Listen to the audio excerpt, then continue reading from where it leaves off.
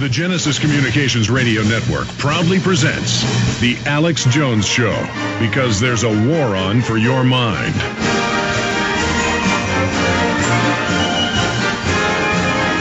Years ago, I'd interviewed Mr. Black several times, law professor, corporate fraud investigator,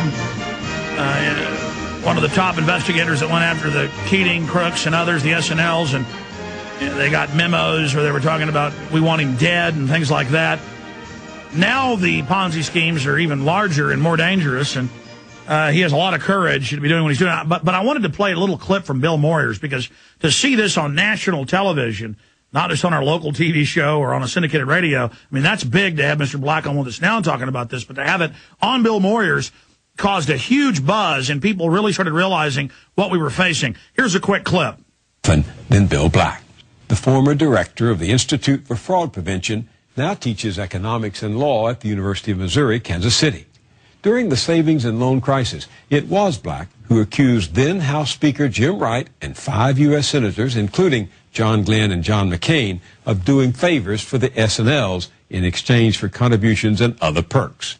The senators got off with a slap on the wrist, but so enraged was one of those bankers, Charles Keating, after whom the Senate's so-called Keating Five were named, he sent a memo that read in part, "Get Black, kill him dead." Metaphorically, of course. Of course. Now he's focused on an even greater scandal, and he spares no one, not even the president he worked hard to elect, Barack Obama. But his main target are the Wall Street barons who are heirs of an earlier generation whose scandalous rip-offs of wealth back in the 1930s earned them comparison to Al Capone and the mob, and the nickname Banksters. Bill Black, welcome to the Journal. Thank you. I was taken with your candor at the conference here in New York to hear you say. Yes, we were taken with it as well. We're going through this economic and financial meltdown. We were taken with it as well, and that's why we're going to go to Mr. Black right now. Mr. Black, good to have you on with us. Thank you.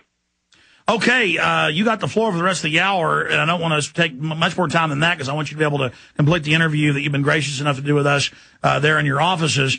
But my big issue that I'd like you to speak about first is the same crew, the same ideas have built Ponzi schemes many orders larger, and instead of even getting in trouble, they're being seen as our saviors and offering even bigger Ponzi schemes as their solution. So is this leading us to rack and ruin? It has already led us to there.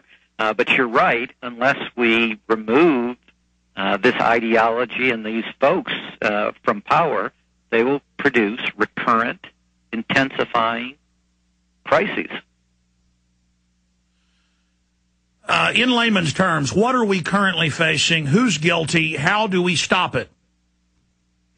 Well, in layman's terms, the FBI began publicly warning in September 2004 that there was an epidemic, their word, of mortgage fraud. And they said if this epidemic is not stopped, it will produce an economic crisis at least as large as the savings and loan debacle. And then they said, but of course we've learned the lessons from the savings and loan debacle, and we'll be all over this one, so it won't cause those problems. Well, they were right about the first two things. Obviously, they weren't even close to right about the third. The FBI has said something else immensely important, and that is that 80% of the mortgage fraud is induced by the lenders. So think about that in terms of, taxpayer revolts and things like that. You shouldn't be focusing on the individual borrowers as much, at least, as you should be focusing on the big CEOs of these specialty places that, as you said, ran Ponzi schemes in order to get extraordinarily rich through their bonus compensation systems. And then, in many cases walk away, and in other cases remain there, still in control, and being subsidized by all of us as taxpayers right now. Now, you talk about this being engineered fraud, or the term you use is this control fraud. break that down, and then let's get specifically into the fraud we're witnessing right now. Sure. Control fraud is simply a term for what happens when you have a seemingly legitimate organization. In other words, as opposed to an obvious mob shop type of thing, where the person who controls it uses it as a weapon to defraud others. And if the CEO is the crook, he can take care of all the internal controls, he can get rid of all the underwriting, and you don't defeat internal controls, you actually suborn them, you turn them into allies. And so these folks were able to get clean audit opinions from the most elite accounting institutions in the world, even though the places were massively insolvent. They were, of course, able to get grossly inflated appraisals from top appraisers, and they were able to get AAA, that's pristine, that's supposed to mean zero credit risk, AAA ratings from the top 3 rating companies in the world for stuff that was known in the trade as toxic waste. And that allowed them to sell trillions of dollars, well over $2 trillion in toxic waste out into the world. And, of course, it's led to extraordinarily large losses. Now, this has been described as a Ponzi scheme too big to fail, and it's now a black hole, and that the industry that engineered this understands that they can hold the population hostage and say, just do whatever we say or we'll have a depression. And then when we end up in a depression anyways from their activities, they're going to be sitting there with all the assets. Well, I call it the suicide strategy. I don't know if people have seen Blazing Saddles, but the sheriff is surrounded by hostile town folks. He takes out his gun, points it at his own head, and says, don't move or I'll shoot. And that's essentially what these big banks are doing. They're saying, give us unlimited amounts of money or we'll fail, and if we fail, we'll take down the entire economy with you. Why we would believe any of these people is beyond me. Why we would leave in charge people that are willing to make that kind of obscene extortion is absolutely beyond me. Now, specifically, from your experience, tell the listeners a little bit about who you've investigated in the past, what you've dealt with. I mean, you're one of the leading experts really in the world on going after these types of frauds. But the difference here is the media is not saying the Keating Five are bad or the regulators were bad that let it happen. Instead, they're saying these are our saviors. So is this new territory where they're just a blank check to do whatever they want? No, the terrible shame about this is this isn't simply a case of failing to learn from mistakes in the past. We've forgotten successes in the past.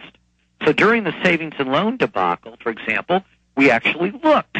God forbid, that would be a nice idea, wouldn't it? Look at what was causing the problems.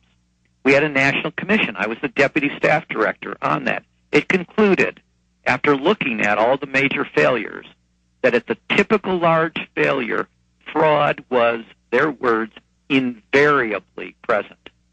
And they meant fraud from the CEO ranks, right? So there we knew what was going on. We knew the pattern that these frauds followed, and it's very similar to the existing one. You gut your underwriting, you pervert your internal controls, you grow massively, and you make the worst possible loans because you can grow a lot faster by making bad loans than trying to compete for good loans, and because bad loans will pay more in the short term in terms of higher interest rates and fees. And you make a ton of money as an absolute mathematical guarantee when you do that during the expansion phase of the bubble. And then, of course, it's also guaranteed that you'll produce a catastrophe. So I was, at the staff level, the person leading the re-regulation of the savings and loan industry. As a litigation director, I was suing the crooks. And as I said, unlike this crisis, we went after places like Lincoln Savings when they were still reporting they were in the most profitable savings and loans in the country. We said, no, you're frauds, and went about trying to put them out of business. In the current crisis, The FBI did not even begin to investigate the big lenders. And remember, 80% of the fraud, according to the FBI, comes from the lenders. The FBI doesn't even begin to investigate them until March of 2007, when the entire secondary market in toxic waste shuts down. And, of course, it's now 2 years later, and there is not a single significant indictment of any of these specialty frauds. And a whole chunk of these folks, what they sold was known in the trade as liar's loans. Now, how hard is it as a prosecutor or as a regulator to figure out that if the trade calls something a fraud, it's probably a fraud? Amazing. They even label it a fraud. And well, I mean, look at Madoff. How for 9 years was he telling the SEC this was going on?